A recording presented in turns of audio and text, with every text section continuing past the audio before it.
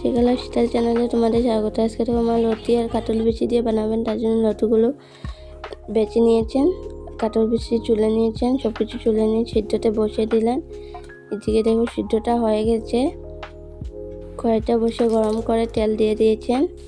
এদিকে কুচি করা পেঁয়াজ নিয়েছেন, কুচি করা টমেটো, থেতো করা রসুন নিয়েছেন, সব কিছু নিয়ে নিয়েছেন। এদিকে দেখো তেলটা গরম হওয়ার পর পেঁয়াজ কুচিটা দিয়ে দিয়েছেন, টমেটো কুচি দিয়েছেন, নুনটা দিয়েছেন, হলুদ, মরিচ পাউডার দিয়েছেন, সব কিছু দিয়ে থেতো করা রসুন দিয়েছেন, চিদলটা দিয়ে দিয়েছেন, ভালোভাবে নেড়েচেড়ে নিচ্ছেন।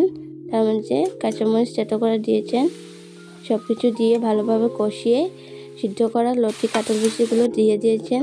ভালো করে মিক্স করে ঢাকনাটা দিয়ে দিয়েছেন। কিছুক্ষণ রেখে ঢাকনাটা উঠিয়ে আবার নাড়াচাড়া করে নিয়েছেন।